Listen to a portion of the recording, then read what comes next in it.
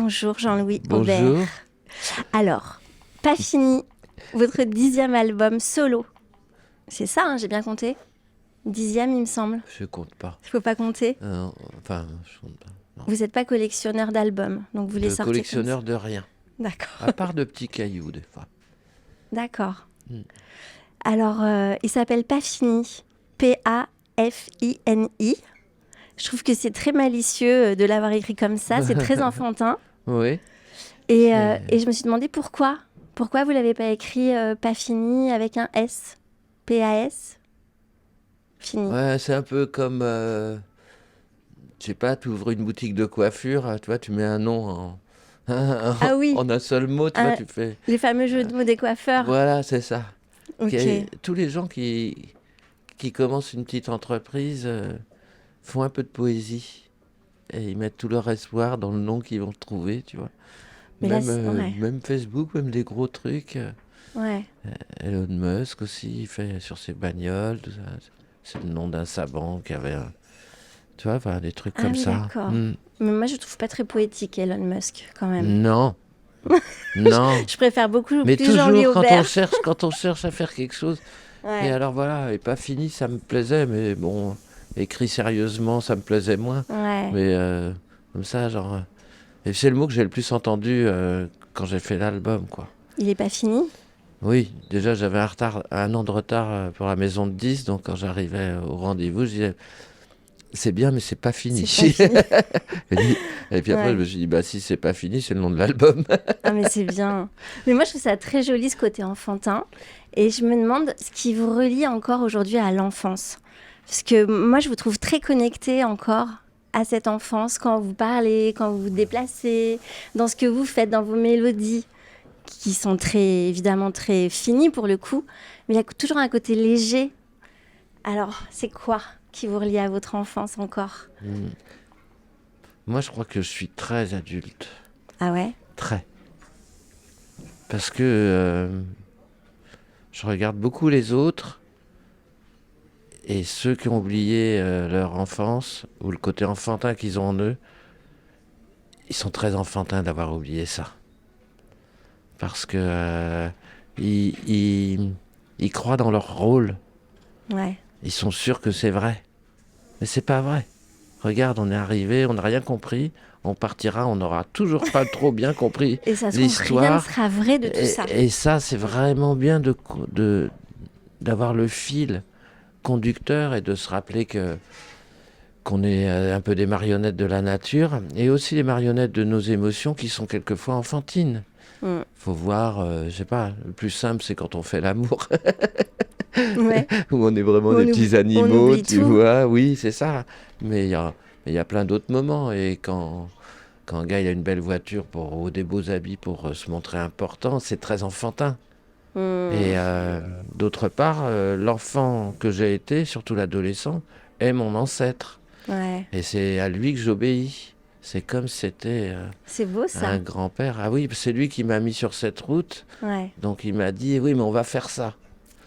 On va faire ça ensemble. Donc je continue à l'écouter, quoi. S'il me dit, non, là, tu fais un truc, tu mets trop d'intelligence, tu veux plaire dans ce sens-là et tout ça. Et ça, fais quelque chose qui te plaît, et après on essaiera. Oui, parce que l'enfant, on essaiera de le vendre, mais il faut que ça te plaise, parce que si des gens ils aiment quelque chose qui te plaît, tu seras 2 fois plus content.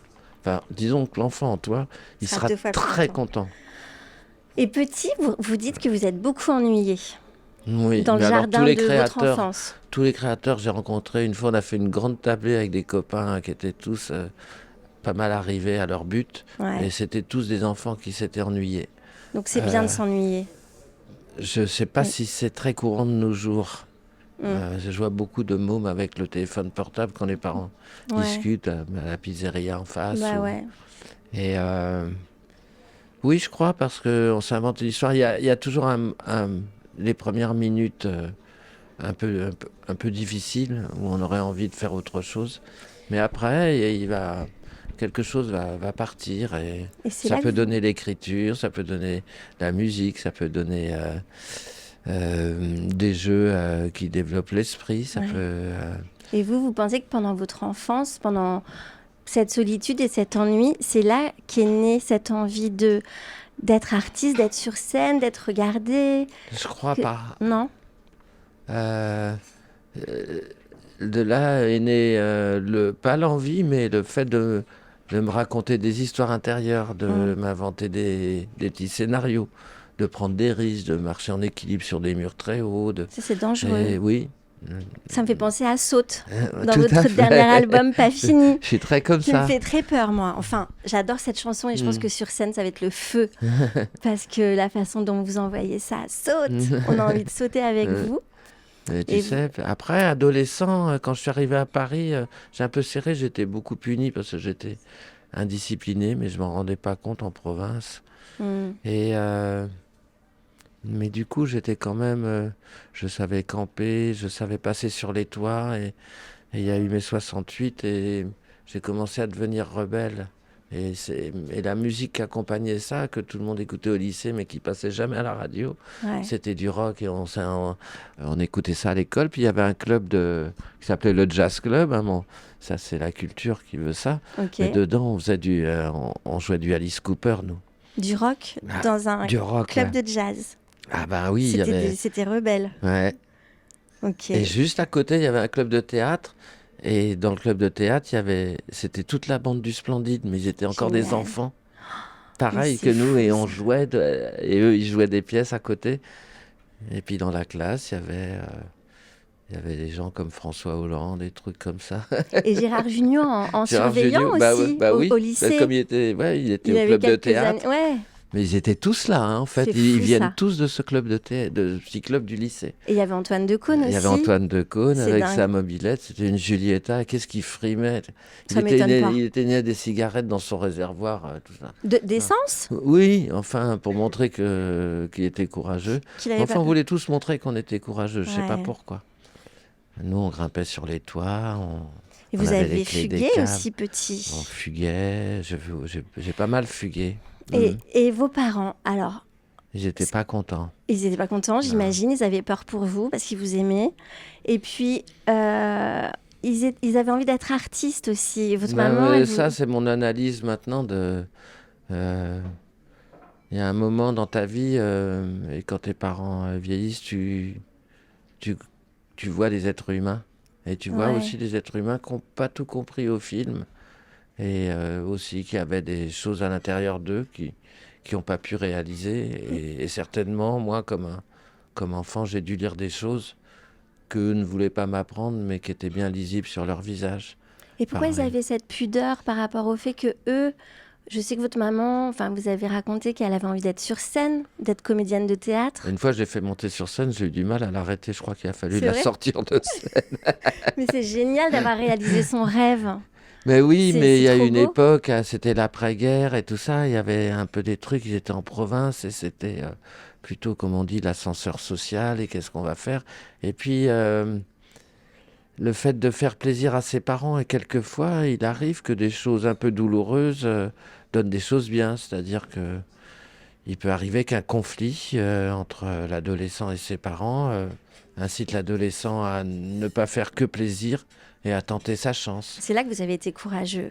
Oui, mais si j'avais été très très dorloté, etc., je serais devenu avocat, médecin ou quelque chose qui faisait plaisir.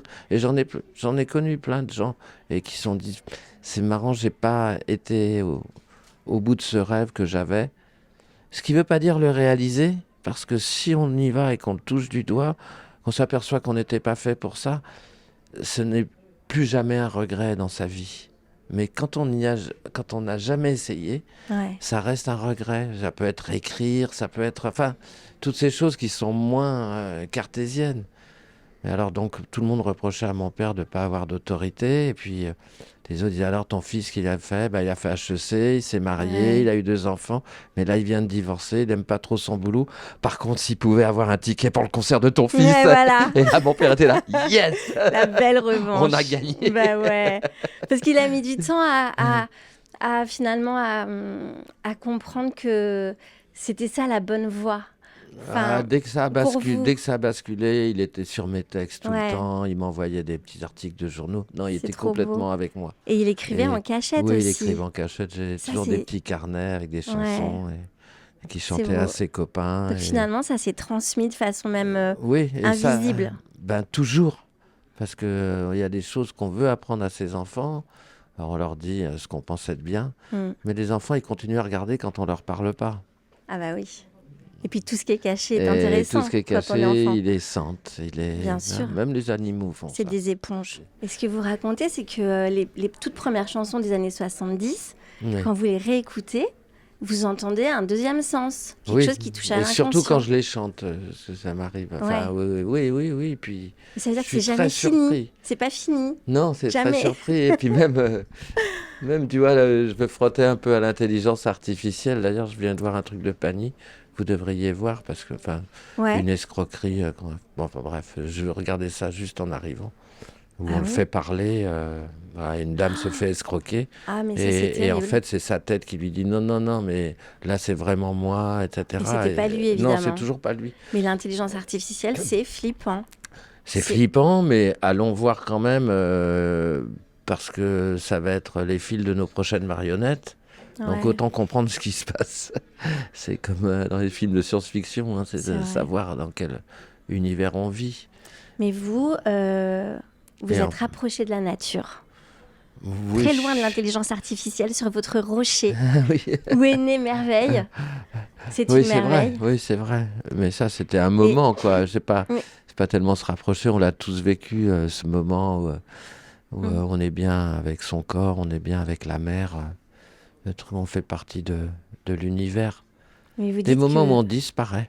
ouais, Où on disparaît dans le bonheur, où on devient ce qu'il y a autour. C'est vraiment magnifique, ces moments-là. Et dans la mer, c'est plus facile que sur Terre. Quoique, ça dépend. oui, il faut savoir nager. Sur Terre Déjà, aussi. c'est vrai, parmi les autres êtres humains. Oui.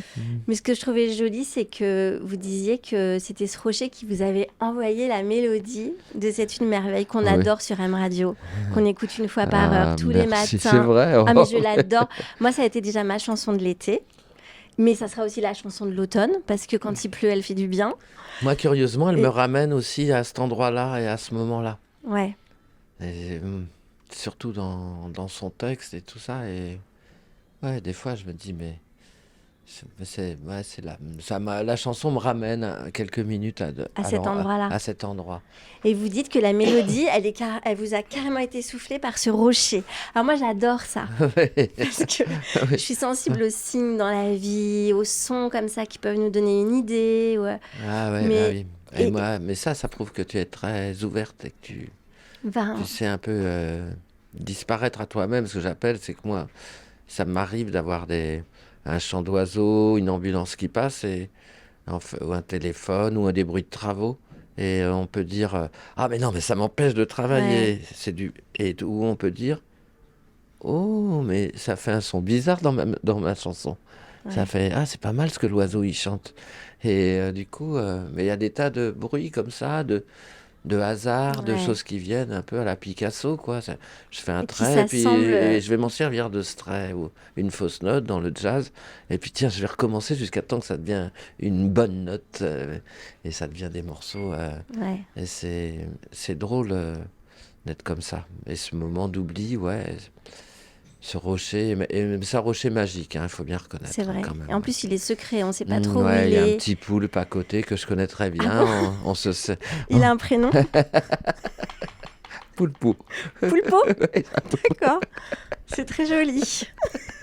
Et c'est très intelligent, les poulpes, il paraît. Hein. Incroyable. Et il y a une Et chanson qui s'appelle Ailleurs. Hmm. Vous dites que c'est comme si votre papa était derrière vous et que c'était lui qui avait écrit l'album. En fait, j'ai écrit 18 chansons en une semaine et je Oui, faisais le deuil de mon papa. Je suis oui, rentré dans un studio en Provence. Bon, d'habitude, on fait des prières, mais moi, mon genre de prière, c'est ça. Tac, je ferme la porte et je m'en apercevais pas. ouais, Et j'écrivais 3 chansons par jour, enfin en petite maquette très rapide. Et au bout des 10 jours, je regardais des titres et je savais même pas ce qu'il y avait derrière ces titres. C'était complètement curieux comme impression. Alors, c'est moi qui brode en... Oui, pour moi, il était sur mon épaule à écrire. On écrivait tous les deux. Et puis, il se trouve que quand tu as un accident grave, quand tu frôles la mort, quand tu perds un très proche, quand tu vas souvent dans les hôpitaux, quand tu es un peu dans les coulisses de la vie, euh, quand tu écris, c'est un peu moins pour te mettre en valeur. C'est vraiment pour ouvrir ton cœur. Donc c'est peut-être pour ça qu'il était à côté de moi aussi, parce que dans des moments de profond dénuement, on s'oublie soi-même. Ouais. Et c'est quoi votre mantra? Votre mantra, J'ai pas de votre mantra, phrase, mais là j'ai un petit votre caillou phrase. quand même dans ma poche. Ah, un petit caillou Ouais, fétiche. il est fétiche, puis en plus, c'est un acupuncteur mexicain qui me l'a donné. Et en fait, quand je le mets là où j'ai mal, j'ai plus mal. C'est vrai? Ouais. Ça marche. Oui, t'as mal où? Là, j'ai mal nulle part. Mince, dommage. C'est à cause du caillou. Ou grâce Merci au Caillou, merci beaucoup Caillou. Et d'ailleurs, vous dites que vos chansons, c'est comme des petits cailloux que vous semez comme ça. Et il y en a certaines, c'est des petits bouts de pain. Et c'est les chansons qui s'envolent Oui, qui sont nos chansons Oui, c'est ça. à nous, qu'on garde. Elles prennent une dimension supérieure Ouais. à ce que j'y ai mis. Comme... Et dans l'album Pas fini, il y a une chanson qui s'appelle La chanson qui guérit. Parce que ces chansons-là qui se sont envolées, c'est un peu nos chansons qui nous guérissent à nous. Est-ce qu'il y en a une chanson, pas de vous du coup, mais qui vous a guéri dans des moments difficiles, qui vous a fait du bien et que vous avez écouté, réécouté, qui vous a consolé? Mon esprit analytique s'est mis en route très vite quand j'ai appris la musique. Donc, quand j'écoute les chansons, j'ai tendance à essayer de comprendre ce qu'il y a dedans, quoi. Vous pouvez pas Comme un écouter, photographe qui regarde une photo, il dit elle est belle, et j'aimerais bien savoir comment il a fait ce focus au fond. Et tout. Donc en fait, vous pouvez pas écouter la musique de façon innocente, comme nous. Non, à part un peu la musique classique ou des musiques très éloignées de moi, mais je pourrais pas écrire en écoutant de la musique ou lire en écoutant de la musique. Donc tout de suite, mon cerveau, il est pris. Sinon, la chanson qui m'a emmené sur cette route, c'est la chanson I'm Free des Who. Je suis libre. Bah oui. Mais c'était... Quand ils déboulonnaient déboulonnaient les fauteuils. Les fauteuils, j'étais voir au théâtre, j'avais 13 ans. Ça m'a rendu fou, là. Aussi la puissance du son. Un groupe de copains qui détruit presque un théâtre C'est dingue. en velours rouge, quoi. Mais c'était juste, je connaissais pas bien l'anglais, mais je suis libre. Et finalement, je me demande si dans cet album... dans l'envie un peu des sons nouveaux, tout ça, c'est la liberté. Et la liberté vis-à-vis de tout, mais aussi vis-à-vis de moi-même, vis-à-vis un peu de mon passé, de continuer à avancer, même si à chaque fois que je remporte une victoire sur mon passé, il devient plus fort. Alors il commence à être balèze, cet imbécile. Il y a une chanson avec Elliot. Comment ça? C'est Elliot Sig. Elliot Sig, ouais, avec des sons très très modernes, très voilà. On sent que vous êtes amusé encore comme un enfant à aller chercher des nouveaux sons. Oui. Puis alors, tu me donnes une machine à 400 000 sons. Au troisième son, j'ai déjà fait une chanson. Et ça m'amuse beaucoup de découvrir mais je suis passé par un moment. Mais c'est quoi? Attends, il y a plus de pont dans leur de musique qu'on entend. Puis après, j'ai commencé à fouiller dans le labyrinthe. Et en fait, je crois qu'il n'y a jamais eu autant de talents musicaux sur cette planète qu'en ce moment. Enfin, après, il y a moins de recherche d'accords. Mais c'est dû à la technologie. Peut-être trop de machines et pas assez de guitares toutes simples. Oui, mais quand même, il y a énormément de mômes, tu vois, avec les tutos et tout ça. Tu vois des mômes de 6 ans qui jouent de la guitare, mais des fois, ils jouent de la guitare rock ou hard rock, mais tu sens que c'est pour faire plaisir à leurs parents. Et c'est devenu académique comme le jazz. Donc il y a un moment, c'est normal que le rap ou d'autres trucs, ou peut-être un folk électro, ou un peu Phoenix, ou des French touch, tout ça vienne un peu bousculer ces choses-là. Parce qu'à chaque fois, la culture, c'est aussi une cocotte minute avec un couvert que les anciens viennent mettre en disant il n'y a plus rien eu depuis, quoi. Ouais. Quand j'étais petit, on disait que les Beatles chantaient faux. C'est Avec dingue. les Stones, c'était des voyous. Mais en fait, quand Ouais. les gens passent leur vie à jouer, avec ou sans solfège, de quelques pays qu'ils soient et quelques traditions qu'ils soient, ils deviennent des virtuoses. Mais C'est ouais. marrant, je regardais Bob Dylan et cette nuit, une interview, je sais pas, comme quoi sur YouTube. Mais c'est fou, hein, on voit, il y a quand même Ah la bah oui. technologie. De toute façon, la technologie a plus changé nos vies que n'importe quel homme politique dans les 20 dernières années. Ça a C'est changé vrai. la forme de notre cou, ça a changé notre manière d'être dans la rue, dans le métro, On se prend des même dans la poteaux. campagne. On se prend. On a mal au pouce à force de scroller. Et, Ouais. et lui, pareil, tout d'un coup, il dit, mais je ne sais pas qui a fait ce truc, j'aimerais bien. Je peux pas, je pourrais pas le refaire. Et donc, il récite un poème qui est une de ses chansons. Ouais. Et moi, c'est pareil. Des fois, j'ai l'impression que ça passe à travers moi. Mais ça peut être un mot qui reste dans mon carnet pendant 10 ans, comme l'arbre de la liberté, qui est un arbre que je connais très bien, qui a été planté à la Révolution. I'm free. Ouais, tu vois, le truc de l'enfant Du de 13 début. ans. Ouais. La première chanson. I'm Ouais. free. Et cette liberté, prison la plus étroite, c'est soi-même. Donc, par exemple, refaire Hygiaphone maintenant, c'est pas libre. Je comprends. C'est faire un nouvel Hygiaphone qui est libre. Enfin, tu vois, c'est pas ou reproduire son passé parce que on attend ça de toi, parce que tu as ce passé-là. Ouais.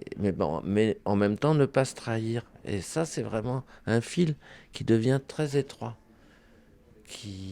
Et ne pas trahir l'enfant qu'on était. Voilà, On revient aussi c'est-à-dire que à cette petite voix qui nous parle. Oui, et qui est en même temps la voix qu'on entend sur les disques, c'est cette voix-là en fait. Et quelquefois, je laisse passer des petites phrases que je comprends pas tout à fait, mais que j'aime beaucoup. Et du coup, elles m'accompagnent comme des amis et elles prennent des sens différents. Mais jusqu'ici, ça m'a toujours porté chance de faire ça. Mais il y a beaucoup cette liberté dans l'album et cette envie d'y aller. Pareil dans Saute aussi. Oui, mais ça fait mais ça fait du bien. Oui. C'est vrai que ça nous donne des ailes. Et parce que quand je dis tu, souvent dans les chansons, j'écris pour moi. Quand je dis saute, c'est mais vas-y, saute. T'as envie de faire ça, vas-y. Donc ça parle à moi. Et après, je dis j'aime bien écouter ça. Et j'ai dit les autres, ils vont peut-être bien aimer parce que ça me donne envie. Tu vois, oui, là, de faire un bond en avant, un petit peu musical ou technologique ou je sais pas quoi. Et c'est saute. C'est à moi que je le dis. C'est à moi que je le dis. Ouais, je comprends. Te répète pas. Là, tu te répètes. Tu vois, ça m'énerve. Mais cet album, il se répète pas du tout. Il est vraiment... Nous, on est fans à M Radio. Vraiment fans. Je vais finir avec des petites questions-réponses en vrac. La chose perdue que tu aimerais retrouver? 2 fois mon sac. Le sac avec toutes les paroles de chansons? Ouais. C'est fou, ça. C'était fou. Mais en fait, une fois, pareil, un producteur avec qui j'étais a dit c'est excellent, on va pouvoir en écrire d'autres. Et j'ai dit parce que... Alors, mais ça m'a appris un truc, comme quoi on peut toujours tirer parti, c'est que quand tu perds quelque chose ou quelqu'un, tu t'aperçois de la valeur qu'il avait. Mais avant, tu t'en aperçois pas. Ou même quand tu as la santé, ou même quand tu as le bonheur. C'est vrai. C'est quand il s'en va que... Tu te dis merde. Tu dis oui, et le sac, tu dis putain, il y avait des trucs géniaux dedans. C'était précieux. Alors que quand tu l'avais, tu disais oh putain, j'en peux plus de trimballer toi. Et tu repenses parfois à ce sac à dos plein de paroles de chansons? Il y avait un sac, puis un beau sac qu'on m'avait avec un dessin de téléphone dessus. Oui, surtout, je suis sûr que la personne, elle a acheté tout ça à la poubelle, quoi. Donc, elle aurait mieux fait de prendre ce qui avait un peu de valeur. Une guitare aussi, t'as perdu? Oui, on m'a volé ma guitare dès mes débuts. Ça, c'était dur. C'était aussi. La première guitare? Ouais. Oh là, on passe, parce que ça, c'est trop dur. Oui, mais c'était un groupe de de gauchistes que je connaissais très bien. Ah ouais. Ah On va les c'était retrouver. mai 68. On va les tu sais. retrouver. Ah ouais, je savais qui c'était. Hein. C'est vrai? Oui. Enfin, on m'a volé plusieurs guitares, mais c'était souvent des proches quand même. D'accord. Bon. Oui, mais on était un peu anarchistes, c'est normal. C'est pas une raison pour voler une guitare. Non. Ça se vole pas une guitare. Non. Alors celle-là, je pense qu'elle va pas te plaire. D'accord. C'est pas grave. Qu'est-ce que tu souhaites aujourd'hui par-dessus tout? Oh là là. Bah, je savais que ça te plairait pas. D'ailleurs, j'ai commencé en te vous voyant. C'est pas grave. Qu'est-ce que tu Par-dessus souhaites tout. par-dessus tout? Qu'est-ce que tu souhaites là maintenant, tout de suite?